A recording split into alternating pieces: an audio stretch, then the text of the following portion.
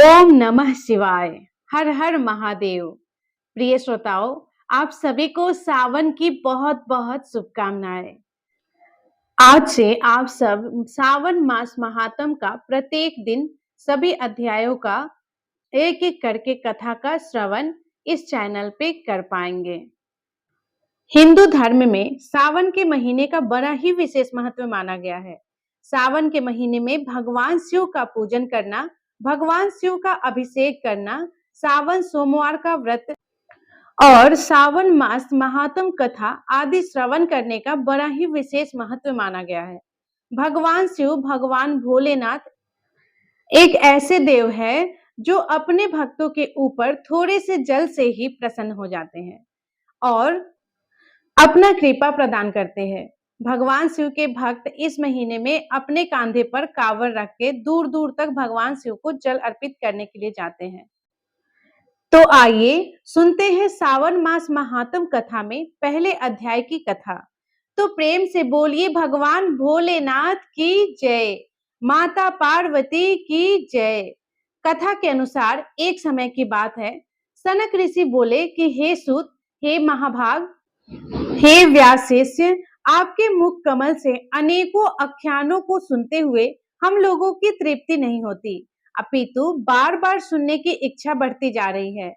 तुला राशि में स्थित सूर्य में कार्तिक मास का महात्म, मकर राशि में माघ मास का महात्म और मेष राशि में स्थित सूर्य में वैशाख मास का महात्म और इसके साथ उन मासों के जो भी धर्म है उन्हें आपने भली भांति कह दिया। यदि आपके मन में इससे भी अधिक महिमा में कोई मास हो तथा भगवान प्रिय कोई धर्म हो तो आप उसे अवश्य कहिए, जिसे सुनकर कुछ अन्य सुनने की हमारी इच्छा ना हो। वक्ता को श्रद्धालु श्रोता के समक्ष कुछ भी नहीं छिपाना चाहिए। सूत जी बोले कि हे मुनियों, आप सभी लोग सुनो, मैं आप लोगों के वाक्य गौरव से अत्यंत संतुष्ट हूँ। आप लोगों के समक्ष मेरे लिए कुछ भी गोपनीय नहीं है। उत्तम भक्ति, सुनने की इच्छा, विनम्रता, ब्राह्मणों के प्रति भक्ति, पायंता, सुशीलता, मन की स्थिरता, पवित्रता, तपविता और अनुसूया के श्रोताओं के 12 गुण बतलाए गए हैं। यह सभी आप लोगों में विद्यमान हैं। अतः मैं आप लोगों पर प्रसन्न होकर उस तत्व का वर्णन करता हूँ। एक समय प्रतिभाशाली सनत कुमार ने धर्म को जानने की इच्छा से परम भक्ति से युक्त होकर विनम्रता पूर्वक ईश्वर भगवान शिव से पूछा। सनत कुमार बोले कि योगियों के द्वारा आराध्य चरण कमल वाले हैं। देव, हे महाभाग, हमने आपसे अनेक व्रतों तथा बहुत प्रकार के धर्मों का श्रवण किया, फिर भी हम लोगों के मन में सुनने की अभिलाषा है। 12 मासों में जो मास सबसे श्रेष्ठ, आपकी अत्यंत प्रीति कराने वाली हो, सभी कर्मों की सिद्धि देने वाला हो और अन्य मासों में किया गया कर्म यदि इस मास में किया जाए तो वह अनंत फल प्रदान करने वाला हो। हे देव, उस मास को बताने की कृपा कीजिए। साथ ही लोकानुग्रह की कामना से उस मास के सभी धर्मों का भी वर्णन कीजिए। तो ईश्वर बोले कि हे सनत कुमार, मैं अत्यंत गोपनीय भी आपको बतलाऊंगा। हे सुव्रत, हे विधि नंदन, मैं आपकी भक्ति से प्रसन्न हूँ। 12 मासों में सावन मास मुझे अत्यंत प्रिय है। इसका महात्म सुनने योग्य है, अतः इसे सावन कहा गया है। इस मास में श्रावण नक्षत्र युक्त पूर्णिमा होती है, इस कारण से भी इसे सावन कहा गया है। इसके महात्म के श्रवण मात्र से यह सिद्धि प्रदान करने वाला है, इसीलिए यह सावन संज्ञा वाला है। निर्मलता गुण के कारण यह आकाश की सदृश है, इसीलिए नभा कहा गया है। इस सावन मास के धर्मों की गणना करने में इस पृथ्वी लोक में कौन समर्थ हो सकता है, जिसके फल का संपूर्ण रूप से वर्णन करने के लिए ब्रह्मा जी 4 मुखों वाले हुए, जिसके फल की महिमा को देखने के लिए इंद्र 1000 नेत्रों से युक्त होकर और जिसके फल को कहने के लिए शेषनाग 2000 जुआओं से संपन्न हुए।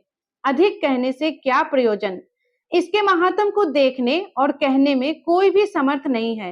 हे मुनि, अन्य मास की एक कला को भी नहीं प्राप्त होता। यह सभी व्रतों तथा धर्मों से युक्त है। इस महीने में एक भी दिन ऐसा नहीं जो व्रत से रहित दिखाई देता। इस माह में प्रायः सभी तिथियां व्रत युक्त है। इसके महात्म के संदर्भ में मैंने जो कहा है वह केवल प्रशंसा मात्र नहीं है और जिज्ञासुओं भक्त, अर्थ की कामना करने वाले, मोक्ष की अभिलाषा रखने वाले और अपने अपने अभिष्ट की आकांक्षा रखने वाले चारों प्रकार के लोगों, ब्रह्मचार्य, गृहस्थ, वानप्रस्थ, संन्यास आश्रम वालों को इस सावन मास में व्रत अनुष्ठान करना चाहिए। सनत कुमार बोले कि हे भगवान, हे सतम, आपने जो कहा कि इस माह में सभी दिन और तिथियां को व्रत रहित है, तो आप उन्हें मुझे बताएं, किस तिथि में और किस दिन कौन सा व्रत होता है, उस व्रत का अधिकारी कौन है, उस व्रत का क्या फल है, किस किसने उस व्रत को किया, उसके उद्धापन की विधि क्या है, प्रधान पूजन कहाँ हो और जागरण करने की क्या विधि है, उसका देवता कौन है, उस देवता की पूजा कहाँ होनी चाहिए, पूजन सामग्री क्या क्या होनी चाहिए और किस व्रत का कौन सा समय होना चाहिए। हे प्रभु, वह सब आप मुझे बतलाइए। यह मास आपको प्रिय क्यों है, किस कारण यह पवित्र है, इस मास में भगवान का कौन सा अवतार हुआ, यह सभी मासों में श्रेष्ठ कैसे हुआ और इस मास में कौन कौन धर्म अनुष्ठान के योग्य है। हे प्रभु, यह सब बताइए। आपके समक्ष मुझे अज्ञानी का प्रश्न करने में कितना ज्ञान हो सकता है, अतः आप संपूर्ण रूप से बताइए। हे कृपालु, मेरे पूछने के अतिरिक्त भी जो भी शेष रह गया हो उसे भी लोगों के उद्धार के लिए आप कृपा करके बतलाइए। रविवार, सोमवार, भम, बुधवार, बृहस्पतिवार, शुक्रवार और शनिवार के दिन जो करना चाहिए, हे विभु, वह सब मुझे बतलाइए। आप सबके आदि में अभिभूत है, अतः आपको अति देव कहा गया है। जैसे एक की विधि बाधा से अन्य की विधि बाधा होती है, वैसे ही अन्य देवताओं के अल्प देवत्व के कारण आपको महादेव माना गया है। तीनों देवताओं के निवास स्थान पीपल वृक्ष में सबसे ऊपर आपका स्थान है। कल्याण रूप से होने के कारण आप शिव हैं और पाप समूह को हरण करने के कारण आप हर है। आपके आदि देव होने में आपका शुक्ल वर्ण प्रमाण है, क्योंकि प्रकृति में शुक्ल वर्ण ही प्रधान है, अन्य वर्ण विकृत है। आप कर्पूर के समान गौर वर्ण के हैं, अतः आप अति देव है। गणपति के अधिष्ठान रूप 4 दल वाले मूलाधार नामक चक्र से ब्राह्मणी के अनुष्ठान रूप 6 दल वाले स्वाधिष्ठान नामक चक्र से और विष्णु के अधिष्ठान रूप 10 वाले मणिपुर नामक चक्र से भी ऊपर आपके अधिष्ठित होने के कारण आप ब्रह्मा तथा विष्णु के ऊपर स्थित है। यह आपकी प्रधानता को व्यक्त करता है। हे देव, एकमात्र आपकी ही पूजा से पंचायतन पूजा हो जाती है, जो कि दूसरे देवता की पूजा से किसी भी तरह संभव नहीं है। आप स्वयं शिव है। आपकी बाई जांग पर शक्ति स्वरूपा दुर्गा, दाहिनी जांग पर गणपति, आपके नेत्र में सूर्य तथा हृदय में भक्तराज भगवान श्री हरि विराजमान है। अन्न के ब्रह्मा रूप होने तथा रास के विष्णु रूप होने और आपके उसका भोक्ता होने के कारण, हे ईशान, आपके श्रेष्ठत्व में किसे संदेह हो सकता है। सबको विरक्ति की शिक्षा देने हेतु आप शमशान में तथा पर्वत पर निवास करते हैं। ऐसा महर्षियों ने कहा है। जगत का संहार करने वाले हलाहल को गले में किसने धारण किया? महाप्रलय की कलांगिनी को अपने मस्तक पर धारण करने में कौन समर्थ है? संसार रूप अंधकूप में पतन के हेतु कामदेव को किसने भस्म किया?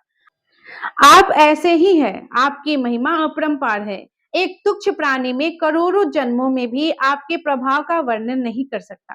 अतः आप मेरे ऊपर कृपा करके मेरे प्रश्नों को बतलाइए। इस प्रकार से श्री स्कंद पुराण के अंतर्गत ईश्वर सनत कुमार संवाद में सावन मास महात्म में पहले अध्याय की कथा पूर्ण हुई। तो बोलिए प्रेम से भगवान भोलेनाथ की जय, माता पार्वती की जय। अगर आप इसी प्रकार से आगे के अध्याय को सुनना चाहते हैं तो हमारे चैनल पे अगर आप नए हैं तो चैनल को सब्सक्राइब कर लीजिएगा, और अगर वीडियो अच्छी लगी तो वीडियो को लाइक कर दीजिएगा और कमेंट में तो जरूर लिखिएगा हर हर महादेव, क्योंकि सावन की महीना चल रहा है तो लिखना बहुत ही शुभ माना जाएगा। हर हर महादेव। धन्यवाद।